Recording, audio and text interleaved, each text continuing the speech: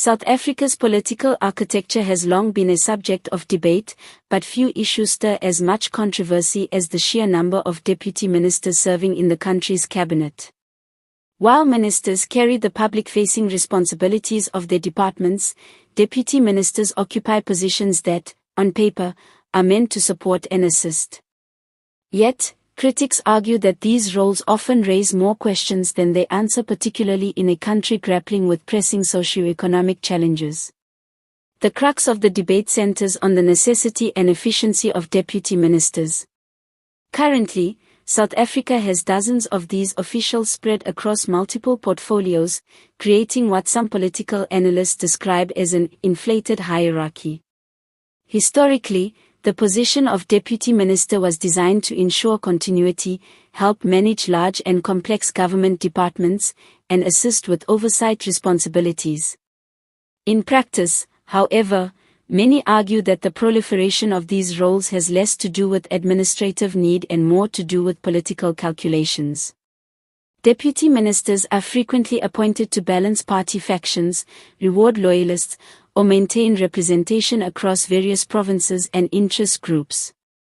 This political balancing act has, over time, led to a situation where the number of deputies far exceeds the actual functional need. For instance, certain departments with clearly defined responsibilities may have 2 or even 3 deputy ministers, a scenario that seems to strain accountability rather than enhance governance. Structurally, South Africa's system was inherited and adapted from the Westminster model, which allows for flexibility in ministerial appointments. Yet, unlike countries with similar parliamentary systems, South Africa's approach has leaned toward inclusivity of political allies rather than strict meritocracy.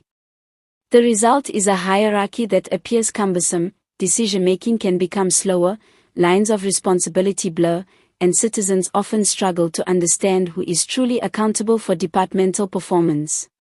From a fiscal standpoint, the argument against numerous deputy ministers is also compelling. Each position comes with a significant salary, benefits, and operational budget. Critics suggest that these resources could be better allocated to frontline service delivery, infrastructure development, or programs addressing unemployment and poverty. In a nation where citizens frequently protest against inadequate access to basic services, the optics of a cabinet with a high number of deputies sends a conflicting message about government priorities. Proponents of deputy ministers argue that these officials are necessary for oversight, especially in sprawling departments like health, education, or public works.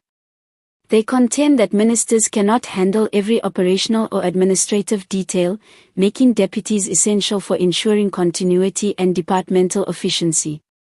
While there is truth in this argument, the question remains whether the scale at which deputies are appointed is justified by the operational complexity of their respective portfolios. Political analysts also highlight another structural concern: accountability. In a cabinet where responsibility is shared among multiple deputies, it can become difficult to pinpoint blame or praise for departmental successes and failures. This diffusion of responsibility often results in a lack of consequence for underperformance, weakening public trust in government institutions. Critics argue that a leaner, more focused hierarchy would strengthen accountability, simplify oversight, and enhance policy implementation. International comparisons reveal further insights. Many countries with parliamentary systems operate effectively with far fewer deputy ministers or equivalent positions, relying on senior civil servants for administrative continuity. South Africa, in contrast, has maintained a political approach that favors representation over streamlined management, leaving many observers questioning whether the model remains suitable for a modern, efficiency-driven state. The debate over deputy ministers is more than a political squabble. It reflects a deeper discussion about governance, efficiency, and the evolution of South Africa's political structures. As the country faces mounting socio-economic pressures, the conversation around cabinet size, functional roles, and political appointments becomes increasingly urgent. If South Africa is to meet the expectations of its citizens, reforming the political hierarchy to prioritize efficiency, accountability, and public service may no longer be optional, it may be imperative. Ultimately, the deputy minister's debate shines a light on the tension between political strategy and governance.